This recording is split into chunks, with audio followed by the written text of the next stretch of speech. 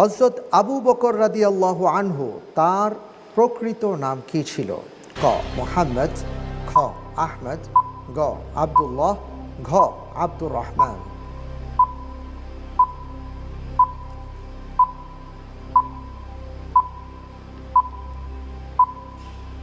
উত্তর চিন্তা হচ্ছে ভাবনা করে ঠান্ডা মাথায় আপনি উত্তরটা দেবেন এবং প্রয়োজন হলে লাইফলাইন রয়েছে, আপনি ইউজ করতে পারেন।